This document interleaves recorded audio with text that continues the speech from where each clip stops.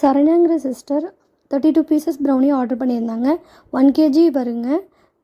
அது என்னமோ தெரியலைங்க, இந்த வாரம் ஃபுல்லாக சரண்யாங்கிற பேர்லேயே ஆர்டர் வருது. எங்கள் நெய்பர் தாங்க, அவங்க ஆர்டர் பண்ணியிருந்தாங்க. அவங்க அந்த ரெசிபி என்னென்னு பார்க்கலாம். ஃபர்ஸ்ட் 150 கிராம் டார்க் சாக்லேட் காம்பவுண்டும் 100 கிராம் பட்டரும் டபுள் பாயிலிங் மெத்தடில் மெல்ட் பண்ணி எடுத்து ஒரு ட்ரையான பவுலில் 2 எக் ஆட் பண்ணிக்கலாங்க. உங்களுக்கு ப்ரௌனி கேக் மாதிரி வேணும்னா 3 எக் ஆட் பண்ணிக்கலாங்க. இல்லைன்னா ஃப்ளாட்டாக ஃபஜ்ஜியாக வேணும்னா 2 எக் போதும். அது கூடவே 1 பிஞ்ச் சால்ட்டும் வெனிலா எசன்ஸும் சேர்த்து நல்லா பீட் பண்ணி எடுத்துக்கலாங்க.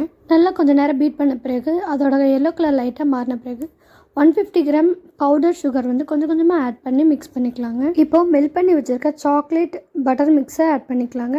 ஆட் பண்ணிட்டு நல்லா பீட் பண்ணிக்கலாங்க. இப்போ இதில் நம்ம ட்ரை இன்க்ரீடியன்ஸை ஆட் பண்ணலாங்க. 120 கிராம் மைதா, 30 கிராம் கோகோ பவுடர் 2-3 டைம் சளிச்சு எடுத்து வச்சுருக்கேன். அது கொஞ்சம் கொஞ்சமாக ஆட் பண்ணி மிக்ஸ் பண்ணிக்கலாம். இப்போ பேட்டர் ரெடி ஆகிடுச்சுங்க.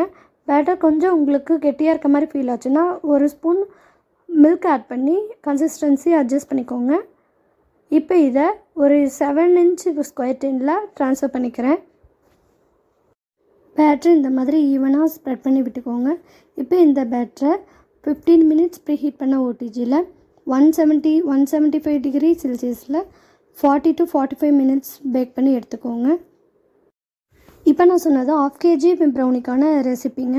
32 பீசஸ் கேட்டதுனால நான் 2 பேட்சை ரெடி பண்ணிக்கிட்டேங்க. உங்களுக்கு இந்த வீடியோ பிடிச்சிருந்தா ஃபாலோ பண்ணி சப்போர்ட் பண்ணுங்கள். பாய்.